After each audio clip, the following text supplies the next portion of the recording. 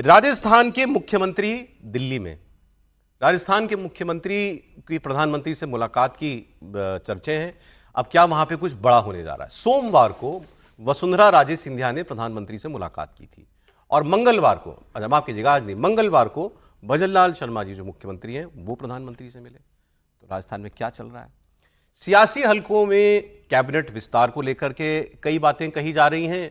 वसुंधरा राजे के गृह जिले झालावाड़ में स्कूल हादसा जो हुआ वो मामला भी फिलहाल गर्म है और चर्चे तो यहां तक हैं कि क्या भारतीय जनता पार्टी राजस्थान के अंदर नेतृत्व परिवर्तन पर भी विचार कर सकती है। ऐसी नौबत क्यों आई है लेकिन, और क्या वाकई इस खबर में कोई सच्चाई है? समीर जी, देखिए, निश्चित रूप से राजस्थान को लेकर राजनीतिक हलचलें पिछले काफी लंबे समय से चर्चाओं में चल रही थी।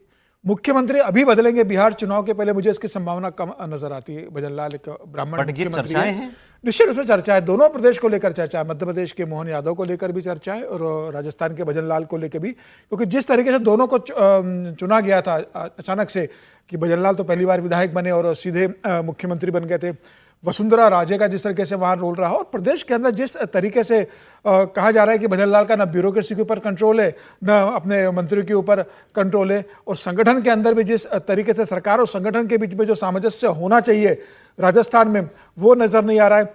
कहा यह भी जा रहा है कि वसुंधरा राजे अपने बेटे के भविष्य को लेकर भी चिंतित है कि अब मैं मुख्यमंत्री नहीं हूं तो बेटा जो सांसद है दुष्यंत, उसका भविष्य क्या होगा। शायद वो चाहती है कि उनके बेटे को कोई एक पद मिले, या तो केंद्र में मिले या संगठन में उनको कोई जिम्मेदारी दी जाए उनके बेटे को। वैसे भजनलाल जी का मिलना तो चलिए फिर भी रूटीन मामला बता करके मुख्यमंत्री आते थे, वसुंधरा जी का मिलना बड़ा इंटरेस्टिंग है प्रधानमंत्री। निश्चित रूप से देखिए, वसुंधरा के वैसे भी कोई बहुत अच्छे ताल्लुकात नहीं माने जाते रहे जब वो मुख्यमंत्री रही।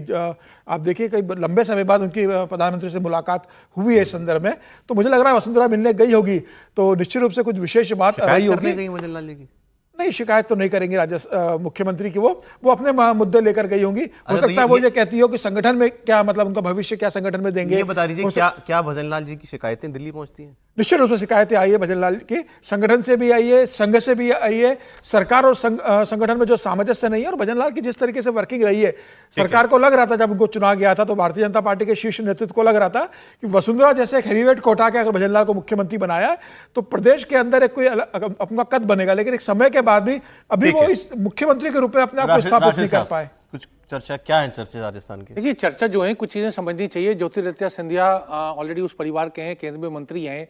अब वो चाहे दुष्यंत बने या वसुंधरा का कुछ एडजस्टमेंट बने, वंशवाद का एक भाजपा ऐसा नहीं करेगी कि एक ही परिवार के दो लोग जो है केंद्रीय मंत्रिमंडल में शामिल हो जाए, तो एक चुनौती है। नहीं, मैं इनके भजनलाल जी के बारे में पूछ रहा हूँ, क्या आपको लगता है देखिए वो तो भाजपा ने, देखिए एक बड़ा प्रश्न है और वो प्रश्न का शायद हर्षवर्धन त्रिपाठी सही उत्तर दे सके कि क्या कारण था कि शिवराज सिंह चौहान को जो है वहां मध्य प्रदेश का मुख्यमंत्री बनाने से वंचित किया गया। क्या कारण था कि वसुंधरा, जिनका एक बड़ा एडमिनिस्ट्रेटिव रिकॉर्ड है, जो कहती है बहुत सी आज नरेंद्र मोदी की जो स्कीम जो केंद्र में चल रही है उन सब की बैकग्राउंड पृष्ठभूमि वसुंधरा राजे जब मुख्यमंत्री थी राजस्थान की, उन्होंने उसकी शुरुआत की। तो ये तमाम प्रश्न जिसका जवाब शायद हर्षवर्धन त्रिपाठी बता दे सकते हैं। या नई पिक्चर रिलीज हुई, आप पुरानी रील देख रहे हैं? नहीं, ये सब पुरानी में देखिए है क्या कि रशीद जी बहुत वरिष्ठ हैं और सबसे मतलब जिनको कहे कि सारे नेता उनके आसपास गुजरते रहे हैं, सबसे निजी संबंध होंगे, लेकिन शिवराज जी और वसुंधरा की तुलना नहीं हो सकती। वसुंधरा राजे कभी भी सरकार वापस लेकर नहीं आ पाई। एक बड़ी नेता है, राजघराने से हैं, प्रभाव है, पावर है। शिवराज सिंह चौहान हर बार सरकार वापस लाते। शिवराज सिंह चौहान बहुत बड़े नेता हैं, वसुंधरा उनकी तुलना में नेता नहीं है। वसुंधरा वैक्यूम में नेता थी। भारतीय जनता पार्टी ने भजनलाल शर्मा को तय करके बनाया। कहीं दूर दूर तक भजनलाल शर्मा के मुख्यमंत्री से पद से हटाने की कोई संभावना नहीं। एक कार्यकर्ता को वहां बिठाया गया है, जो दिल्ली चाहता है वो भजनलाल कर रहे हैं, इसमें भी कोई इब्बट नहीं, कोई प्रॉब्लम नहीं है, कोई प्रॉब्लम नहीं है। और जब भी कोई नया व्यक्ति होता है तो वो मुश्किल होती ही है, चाहे भाई इतने समय तक जो लोग मुख्यमंत्री रहे उनके अधिकारी होंगे, सचिव होंगे, दूसरे लोग होंगे। डिलीवरी में कहीं दिक्कत है क्या? उसमें दिक्कत नहीं, दिक्कत परसेप्शन में है।